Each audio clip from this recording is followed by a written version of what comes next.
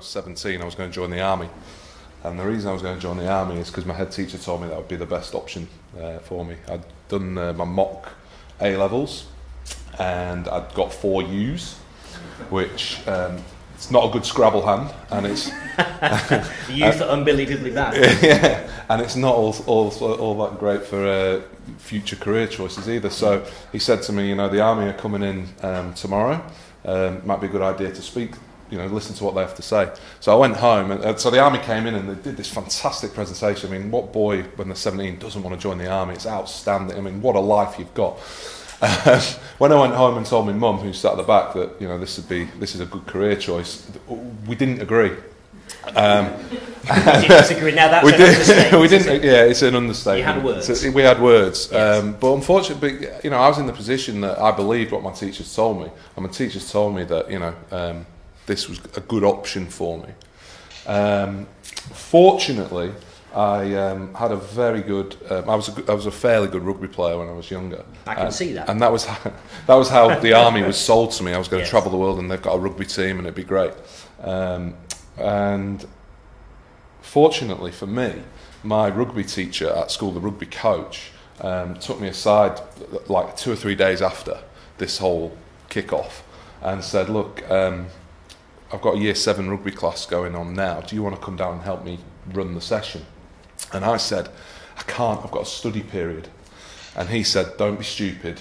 You've not done any study for 2.5 years, you know, whatever it was. Come down and coach rugby. So I went down there, and for about 2 or 3 weeks, this happened whenever he had year 7s, whenever it tied in with my study periods. And it started off with me thinking he's just having a bludger, he's having a cup of tea while I'm running the sessions, you know, what sort of rought's this? And slowly but surely, I suddenly started realising I was enjoying what I was doing there. And so I sat down with him and I said, look, you know, I quite like this teaching caper. You know, I like sport, and I'd always got on with him really well. And I said, what do you have to do? You know, what do I do? He goes, right, well, you know, obviously you need to go to university. I was like, oh, okay, 4 years probably isn't going to cut it. So I started working because I'd found something that I wanted to do, like really wanted to do. Not because I was necessarily good at it, but because it sort of, you know, I did it and I felt good in here. And to give you an indication, at A level, I'd taken maths, physics, English language and general studies, which is a bit like Who Wants to Be a Millionaire. It's just like general knowledge stuff. And I'd taken maths and physics because when I did my GCSEs, I was good at it. And that was the only reason I took it. I was good at maths and I was good at physics. But the reason I was good at it was because it was easy. Well, maybe not easy, but I had really fantastic teachers. My maths teacher when I was in year 11 was mind-blowing as a teacher. In what way? Why? In the way he just related everything to... He was a youngish bloke. He'd just come out of teaching in prisons, so that was cool. He didn't have all the airs and graces of the other maths teachers. He wasn't a fuddy-duddy like other maths teachers. When you're 15, 16-year-old boy, you know, he was cool, you know, he played basketball, he was rough and tumble, he told completely inappropriate jokes, you know, so right away we connected, and unfortunately he left when I went into A levels. He left the school, and it suddenly occurred to me that the only reason I'd chosen to do maths at A level was because I liked him, and I wasn't really engaged in the subject at all. Yes. So anyway, found a reason to work. Mum paid for a tutor to get me through physics. I just worked as hard as I needed to work in maths. I speak English, so how hard could English language be if you really tried? And general knowledge, you just watch, you know, general studies was actually quite good actually. Yes. And I ended up getting what I needed to get to go to uni. And so then I taught, and then got my degree. Taught in Newhall Green in Wythenshawe. Taught at Wright Robinson in Gorton. Head of year 10 in Wright Robinson in Gorton. So tell me about your early weeks teaching. Early weeks teaching. What was it like? Really interesting, because my first paid gig as a teacher, I did all my teaching practices. I started off in the luxury of Sale Grammar School. So I've walked in there and I've gone, oh, this is pretty cruisy. My next teaching practice was my big make or break one at Newhall Green in Wythenshawe. Now, I'm sure you're all locals, so you know that's, if you had to choose a place, might be lower down than, say, Sale Grammar. But it was fantastic because I saw how the teachers engaged those kids, because those kids are coming from but pretty average backgrounds. Yes. And what I saw was a real split down the line. Your good teachers and your ordinary teachers. And you could see very clearly what the good teachers did and what the bad teachers did. Yes. Or didn't do. Yes. And I learned a hell of a lot in I did 2 6-week practices. And then from there, I qualified and started working at Wright Robbie in Gorton, which was brilliant. Absolutely brilliant. It's a incredibly tough area, and I loved every minute of it. And I won't lie. There were times when I went home physically and mentally exhausted. I was head of year 10. I was at the end of my first year teaching. They appointed me head of year 10. 16-year-old boys, working with their parents and the police and social workers on a daily basis. You learn a hell of a lot very quickly. Sure. But what was the most enjoyable thing, and perhaps the most challenging thing about those times? Most enjoyable in the classroom. The most enjoyable thing is when the kids actually, you see that glint in their eye, and you see them actually doing something without being told. And that's for me what engagement's all about. It's doing the things that you want to do. It's doing things without being told. It's like well, I guess when you, rather than telling somebody or forcing someone to do something, it's they do it because they want to. Yeah, or you open a door, like, metaphorically speaking, you open a door and they choose to go through it, rather than what a lot of teachers choose to do in those areas, which is open the door and then push them through as hard and as forcibly and perhaps as badly, and they go through in order. So the glint in the eye when you notice it was a thing that sort of fired you up and you enjoyed. What about the most challenging thing? Dealing with the parents and dealing with the ceiling of expectations that the kids have. I can't remember who I was chatting to. I think Ashley. I can't remember who was. Sorry, I was chatting to someone before. And there's a real sad thing in kids.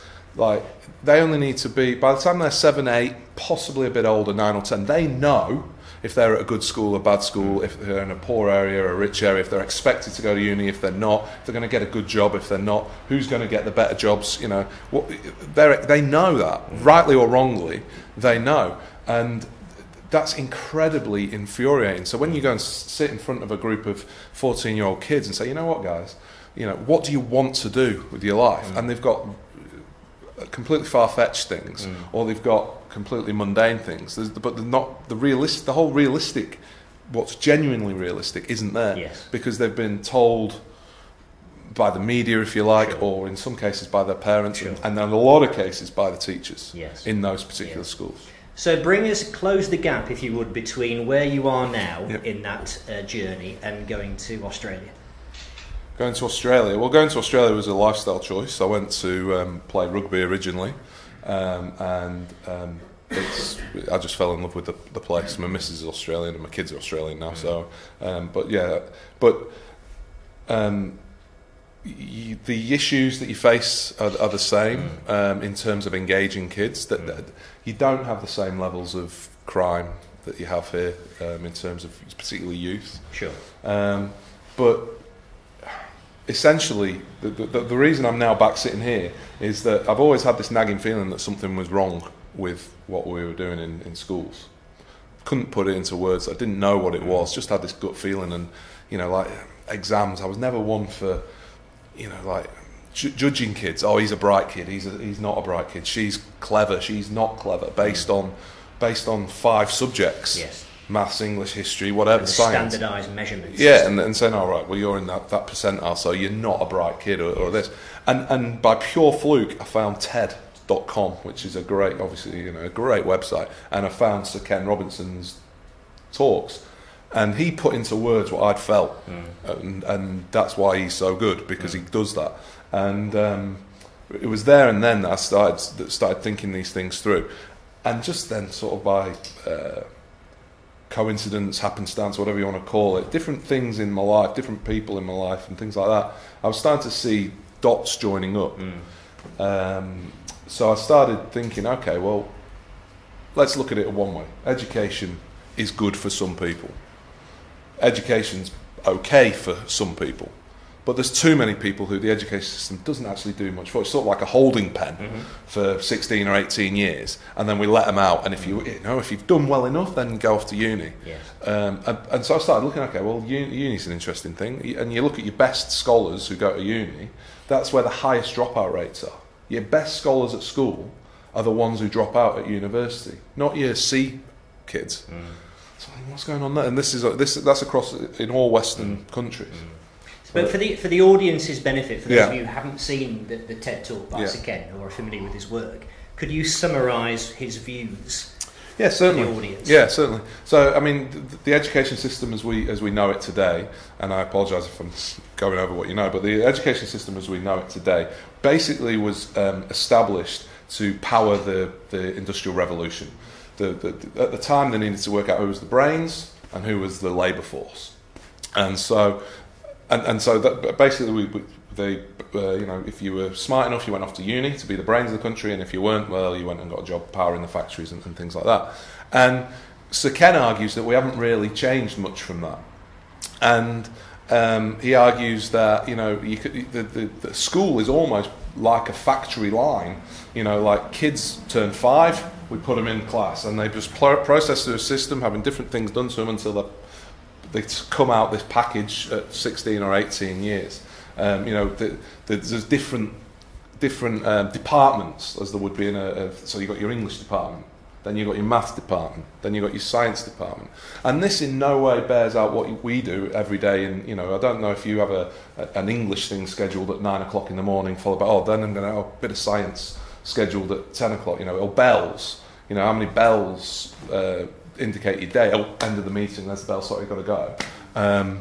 So he's sort of saying, why is it that we have, why do we have the system? And not only that, it's really stifling and doing a lot of damage to our young. Because I remember him saying it in that talk, I think it was about 2006, that schools punish mistakes. Yeah, absolutely. Mistakes are the worst thing you can make in the school system. Yeah. Which isn't a great way to learn, is it? Because we learn by making mistakes. Well, absolutely. I mean, I think, like Dyson, who made the vacuum cleaner. There was about 1,050 prototypes before he actually got the proper one going. I think Einstein, anyone who's ever done anything, who's ever actually invented something or come up with a new theory, stuffed up 1,000,000 times before they got it. But unfortunately, we tell kids you can't stuff up. In fact, we give them exercise books where the answer's in the back. But you're not allowed to look, or you're not allowed to help. You're not allowed to work with other people because that's cheating. Or you've got to sit in your room on your own, work it out, and if you make a mistake, you're going to get a red line through it, and you've got to do it again. Or you'll be put in the middle group, or if you make a mistake on this one, you'll be knocked down again. And I actually I think there's a fear of failure that then goes into the next, into the work life. Because you talk on your website, or I heard you speak up through your website on like a circle, which is sort of fear and so forth. Explain that. Yeah, so I think the education system for too many people, and you've got to be really careful. There's some fantastic schools, fantastic teachers, but I think for too many people, we operate what I call a pressure, fear, relief system of education. And what I mean by that is there's pressure to perform well. And the pressure comes from parents, it comes from the school, it comes from community expectations. There's a fear of failure. Like what happens if I don't do well? I'm not going to get the job I want. I'm not going to be able to afford the house I want to buy, the car I want to drive. But the real issue, the pressure and the fear, that's part of everyday life, you might say. I mean, deal with it, a bit of resilience. The issue is that when we get to the bottom, the relief side of it, that's the emotion we feel.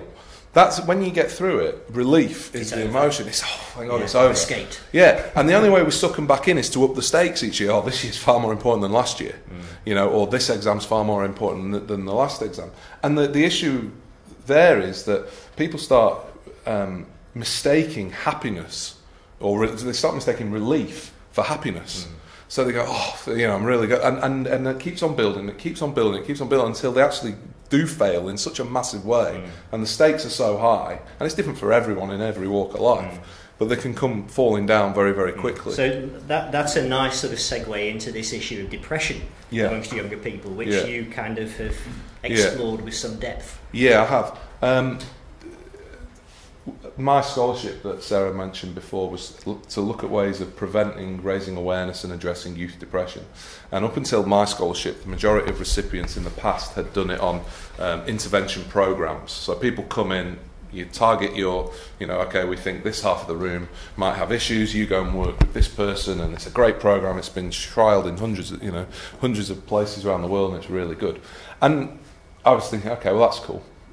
But I started to think, well, and it's pretty basic. I'm not a mental health professional by any stretch of the imagination. But I started thinking, well, if you're not enjoying what you're doing for most of your day, that's going to make you feel crap, right? And if you're not, and then that has a knock-on effect when you go to work. If you're not enjoying segue.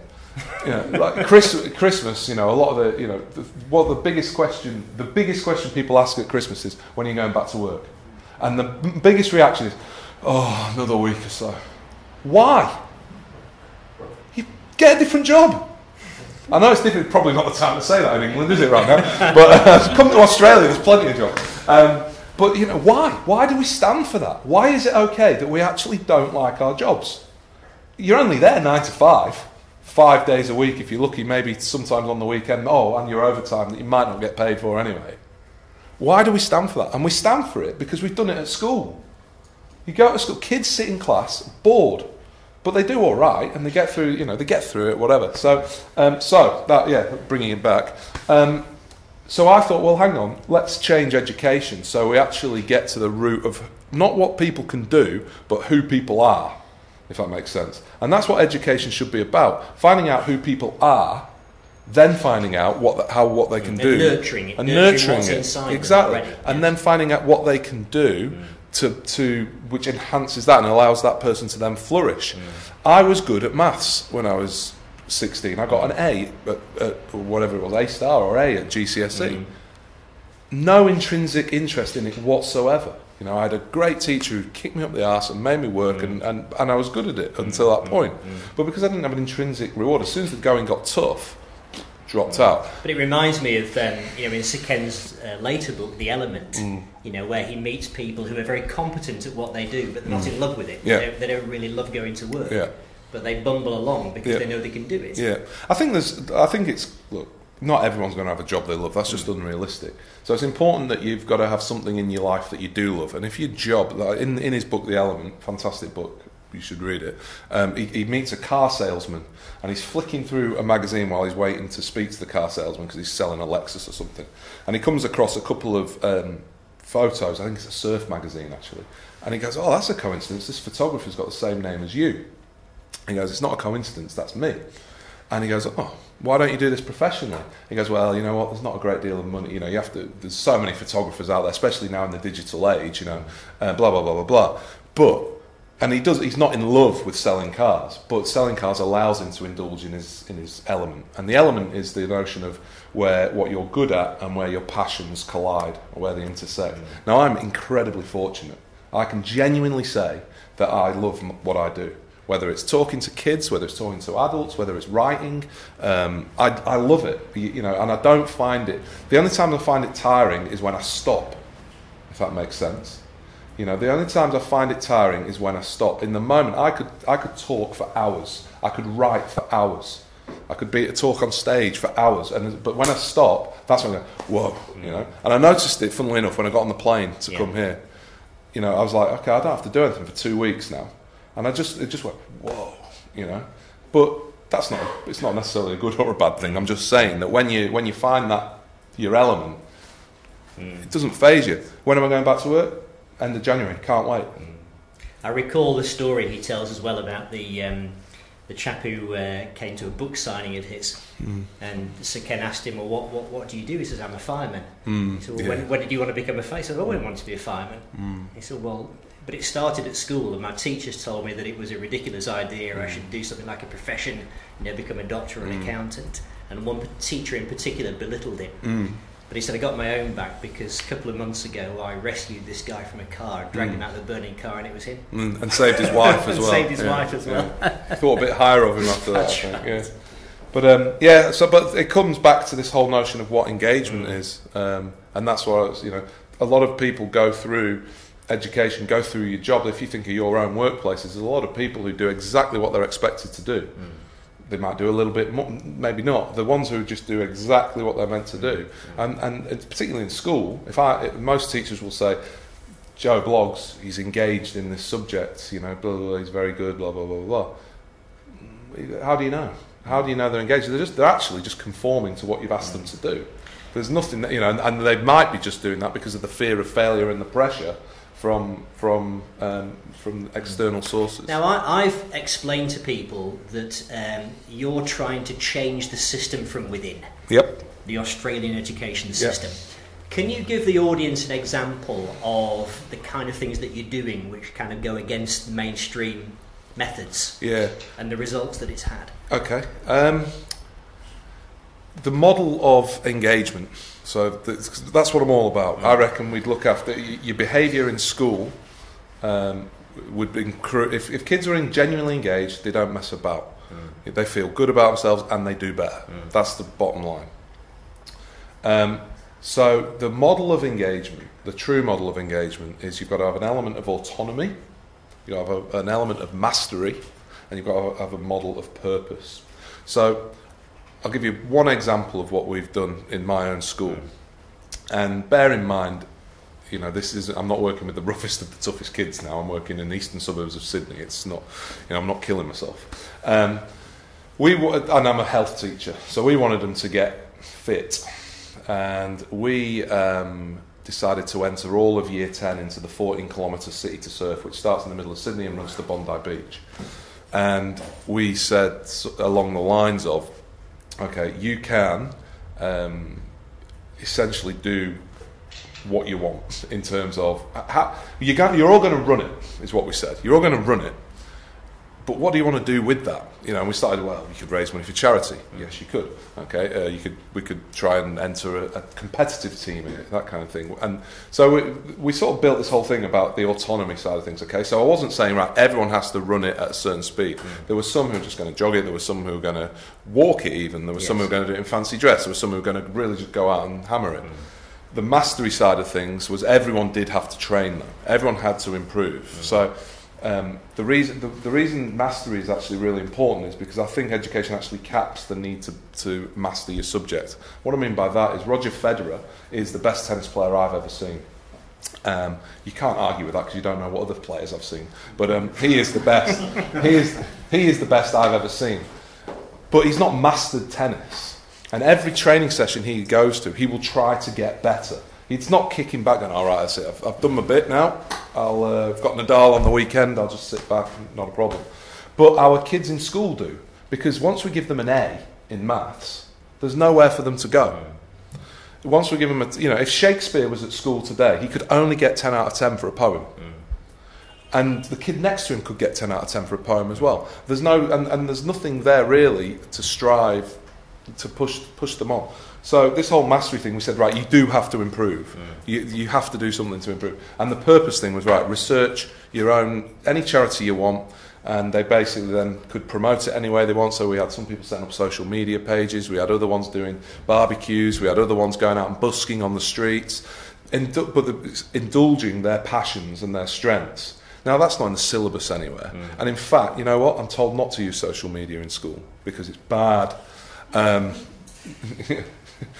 It is. It's bad. It's really bad. People just post pictures of themselves nude and stuff. It's terrible.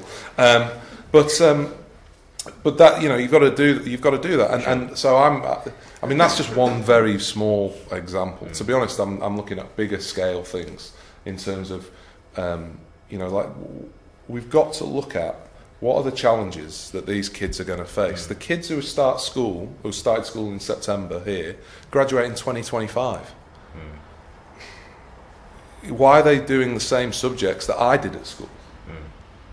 That is crazy. And if you've got any common sense, which not many people, you know, it's so rare, it should be a superpower, I think, common sense. But, you know, why is that happening? I saw this morning that Michael Gove decided that schools now are going to have complete autonomy over design and technology, computers, and citizenship. Schools are going to have complete autonomy over that. The government will look after maths, English, physics, history, languages, things like that. But the school's going to have complete autonomy over those 4 areas. And it got me thinking, well, are there any 4 more pressing issues that the government should be addressing than design, technology, computers, and citizenship? Didn't you have a load of riots a while back? You know, like, and yet what they're doing is, I think actually it's a case of plausible deniability. So when it does all stuff up in 10 years' time, the government can just go, well, we let you do what you want, because that's what schools want autonomy. So he's just gone, all right, you can do it all. But imagine the leverage that the government would have. So imagine the British government going to Google and saying, can you design us our computers syllabus for year 10 boys? That would be awesome. As it is, they've got some bloke who graduated. 22,000 teachers graduated this year in England. 3 of them have got computing degrees. Not 3%, 3. Right? And they have got complete autonomy over what they're going to teach. So those 3 teachers have got complete autonomy over what they're going to do in the schools. So I'm thinking, okay, you know, the government have got a fair bit of weight behind them, I would imagine. They could probably get something going. Sure. Citizenship, design and technology, I mean, please. Anyway, so gone off on a tangent. I'm prone to doing that. We could talk all night. Yeah. I'm sure you could, and into the wee hours as well. And I wouldn't feel tired. No, you wouldn't feel tired until you stopped. I know that. Yeah. So let's sort of wrap things up and look ahead now. Yep. You're trying to change the education system from within. What would you like to achieve in the next, let's say, 3 to 4 years of what you're doing? Okay. One of the big things I'd like to do is just get almost recognition from the people who are in charge of education. Who, interestingly, in Australia, do you guys remember a band called Midnight Oil? Mm-hmm. How do you sleep when your bed's up? And that lead singer is head of education in Australia. So how good's that? So you've got a rock star who surely didn't particularly enjoy school, head of schools in Australia, but unfortunately he's just going over the same old ground, bringing in more standardised stuff. I think what we need to do is we need to realise that, you know, these kids are going to graduate in 2025, as it is now.